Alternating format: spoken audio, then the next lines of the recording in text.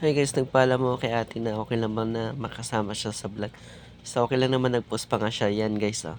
So yan guys, pumunta na ako ng ng Loyola Heights. So diyan pala yung ang deliver ko guys.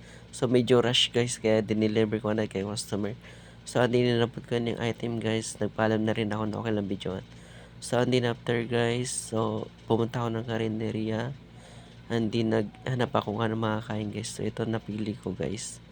So yan ang kinain ko guys, gulay at saka dinakdakan guys. So yan guys, so Phoenix ko pa. So nagkutom ako sa biyahe guys. So yun, kain muna tayo mga idol. So ang sarap ng subo mga idol, oh, yun. Andi ang sarap pala ng sabaw nila mga idol.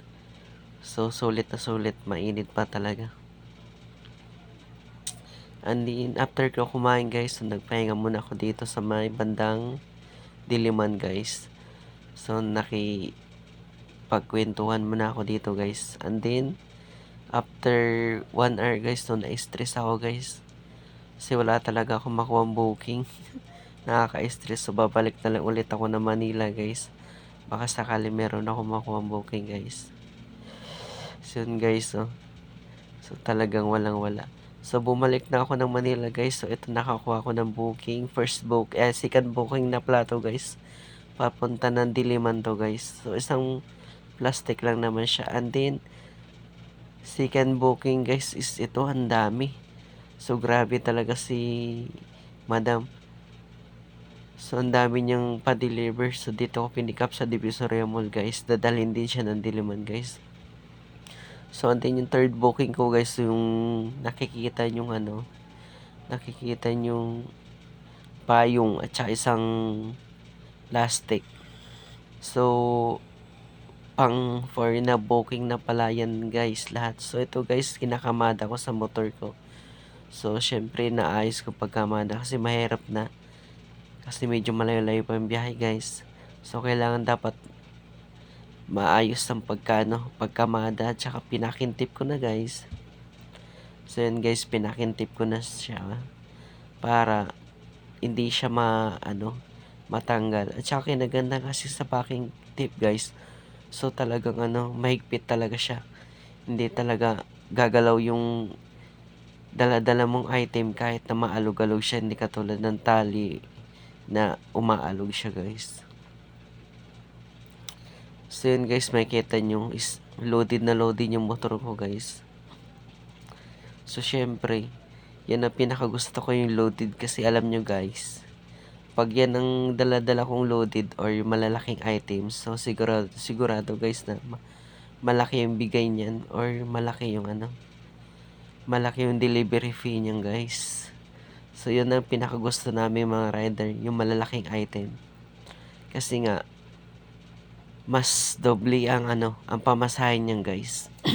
So katulad niyan guys, yung payong na yan, payong at saka isang plastic. So ang booking niyan guys is nasa lang 140.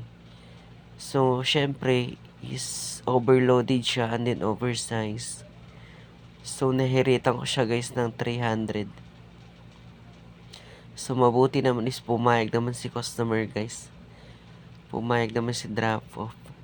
Tapos yung iba dyan guys, yung mga basahan at saka yung dalawang plastic guys, ay ang laman niyan ay puro puro chocolate at saka mga gums, yung candy.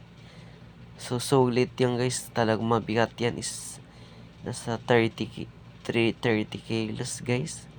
So yun guys, is nahiritan ko siya ng 400. And then isang plastic guys, yung na-pick up ko ng second booking is 40 pesos lang naman siya na t-shirt. So binigay sa akin yan is 200. So yun guys, ang kinagandahan guys is isang biyahe lang tayo, at least aabot na ng 1,000 guys.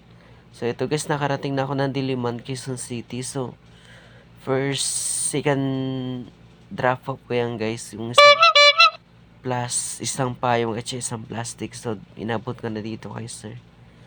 So, and then dumiretso na ako sa third booking, guys. So, ayan na, drop off ko na. And then, hinahanap ko si madam kung nasaan siya. So, ito pala, inabot niya na sa akin yung delivery fee, guys. So, mga 400 yan, guys. And then, nandito na sa third booking.